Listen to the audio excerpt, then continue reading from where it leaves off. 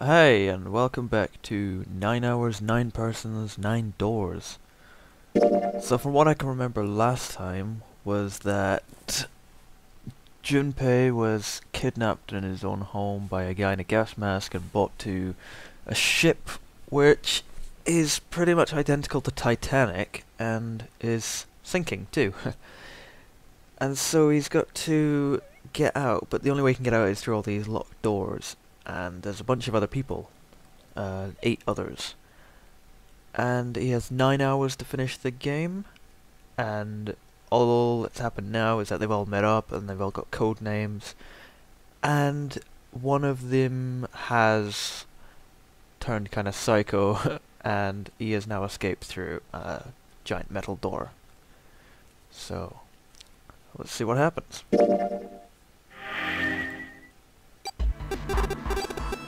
Okay, have a good one, guys. I'm going off ahead now. Well then, goodbye.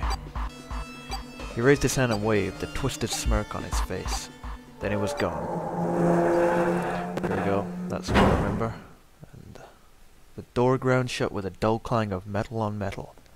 And all this now is completely new to me. Clover, are you alright?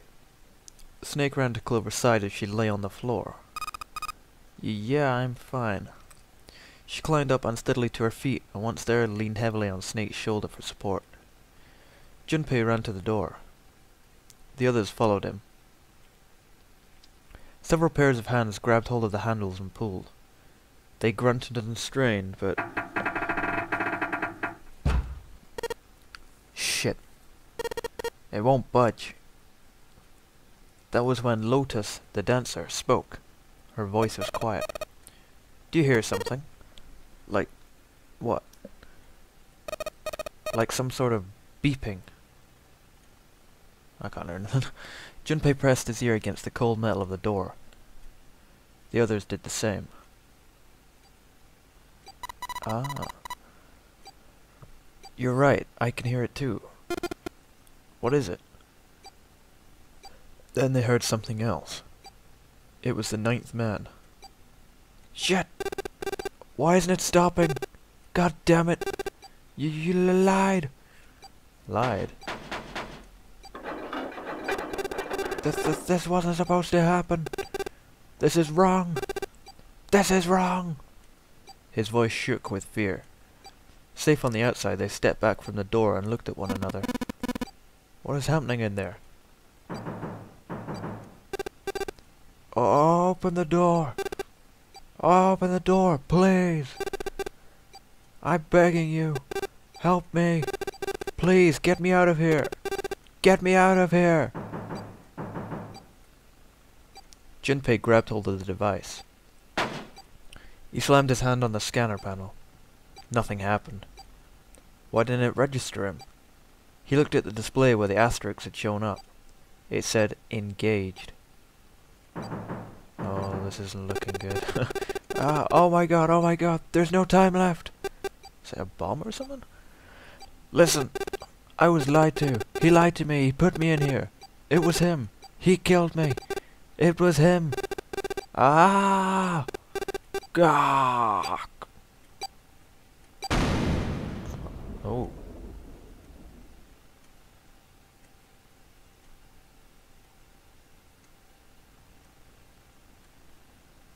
The explosion rocked the room. Instinctively they ducked, then stood up slowly when they realized there was no danger. No one spoke. Silence filled the room.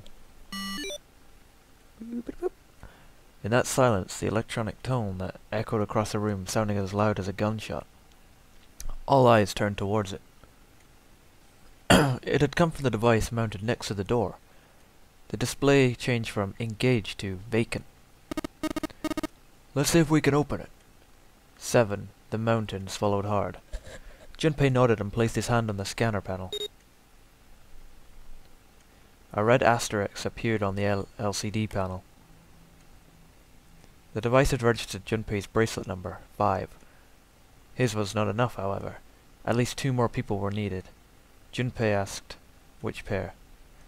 Oh, okay, so I remember how to do this, which is that you gotta get all three numbers and add them up, and then you get the two numbers that have the... So the two numbers made from the number, the 10 and the 1, and then you've just got to add those together. So see, 1, 8, and 5 would be 14. 1 and 4 is 5. Okay, I guess Ace and Lotus then. Ace Lotus didn't give me a hand here. The pun was a little too on the nose, but the mood was still grim. Both Ace and Lotus lifted their hands silently. It's gonna be embarrassing if I get it wrong. He verified and she followed suit. 5 plus 1 plus 8 equals 14, and then 1 plus 4 equals 5. They'd fulfilled the conditions. If they were to pull the lever on the side... You guys ready? I'm gonna open it. Junpei grabbed the lever and looked back over his shoulder. They stiffened and nodded. Junpei nodded back and set his mouth in a grim line.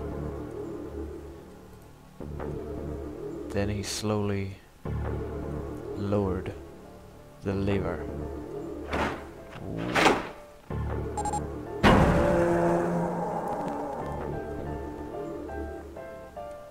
There was a metallic groan and the door slid open.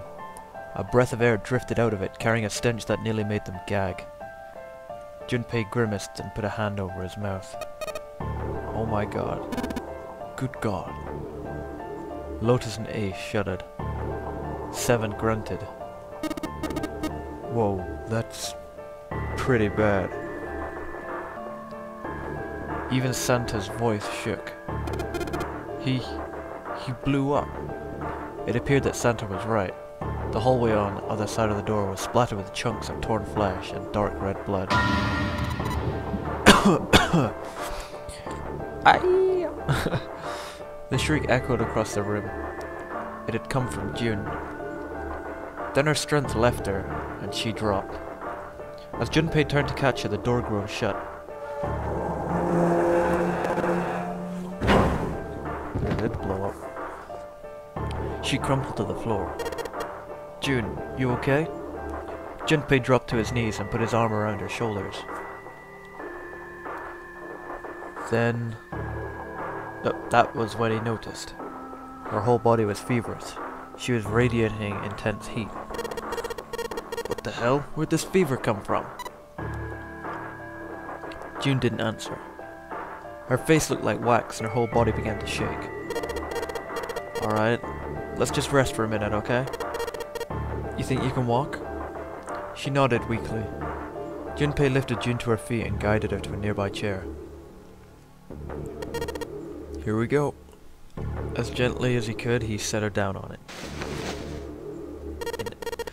How are you feeling? Are you alright? She nodded, and as she did, a single huge tear rolled down the side of her face.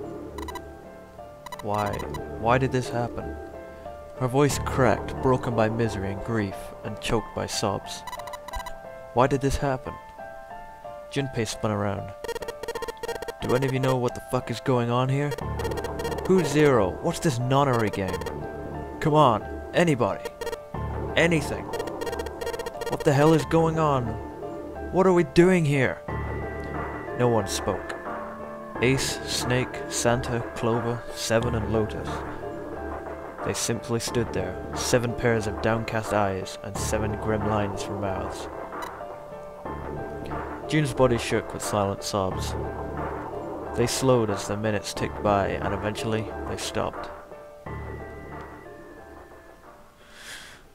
Whew. So now we're down to 8.